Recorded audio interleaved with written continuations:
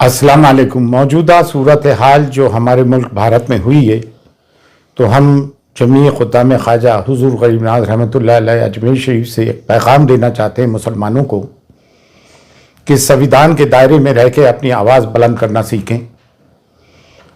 और जो भी कभी भी दीन और मिल्लत के मामलात हुए हैं, चाहे वो नामूस रसूल का मामला हो सल्लल्लाहु अलैहि वसल्लम या अहले बैत अतार का, बारगाह हुजूर गरीब नवाज से हमेशा आवाज़ उठी है।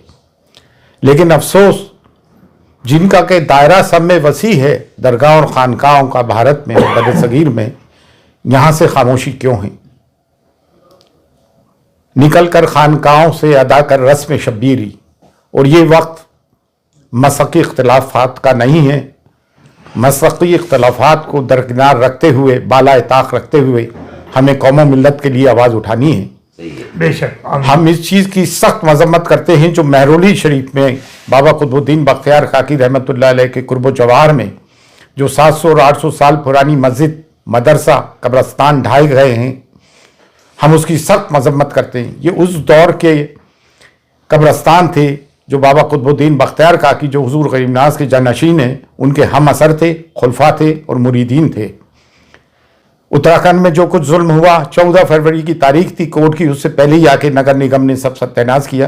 बाकायदा मशीन गन चलाई गई मुसलमानों पे और जुल्म मजालिम उठाए जा रहे हैं।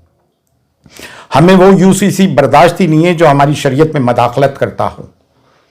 बरेली में जो तौक़ीर रज़ा खान साहब ने आवाज़ उठाई, संविधान के दायरे में रहते हुए जेल भरो आंदोलन का आह्वान किया, जो गांधी जी ने ब्रिटिश पीरियड के वक्त किया था, वो भी एक संविधानिक तरीका है।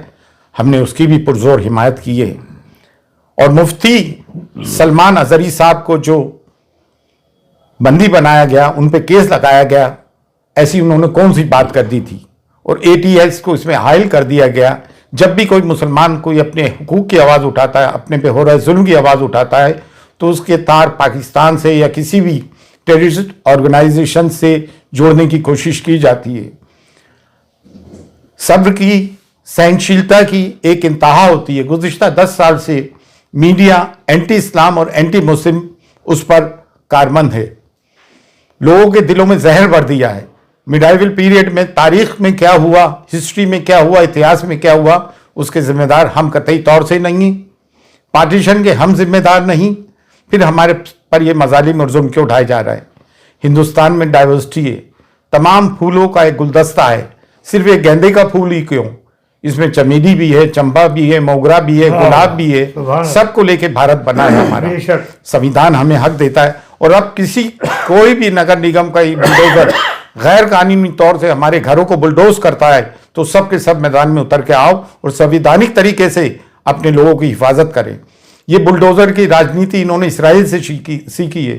फिर न्यायालय किस काम के, अदालतें, कोर्ट किस काम की? अगर तमाम काम नगर निगम और पुलिस कर लेगी तो फिर अदालत किस काम की? अदालतों से जो फैसले आ रहे हैं कानून की रूह से नहीं आ रहे हैं, बल्कि आस्था की रूह से आ रहे हैं। तो अब मुसलमान जाए तो कहाँ जाएं? अब दरगाह और खानकाह जिनका के सब में बड़ा गहवारा है, जिसकी कि भारत में सब में ज़्यादा फॉलोइंग है, आप लोग आवाज़ क्यों नहीं उठाते हो भाई?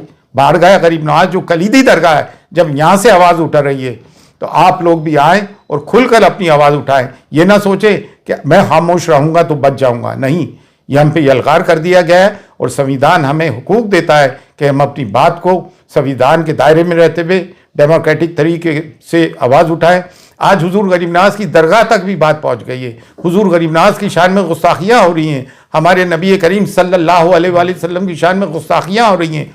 कब तक मुसलमान बर्दाश्त करेगा? और अगर मुसलमानों की इबादत गाहों पे बुलडोज़र चलने के बाद भी मुसलमान चुप है, तो इससे बढ़ के मुर्दारी क्या होगी? लेकिन अल्हम्दुलिल्लाह अब मुसलमान जाग गया है, हम सब जाग गए हैं। बारगाह हुजूर गरीब नवाज से भी सदा बुलंद होती आई है और अब पुरजोर बुलंद हो रही है कि उठो और उठ के जुल्म के खिलाफ आवाज़ उठाओ। अगर अपने आप को हुसैनी कहते हो और जुल्म के खिलाफ आवाज़ बुलंद नहीं करते हो, तो तुम कैसे हुसैनी हो?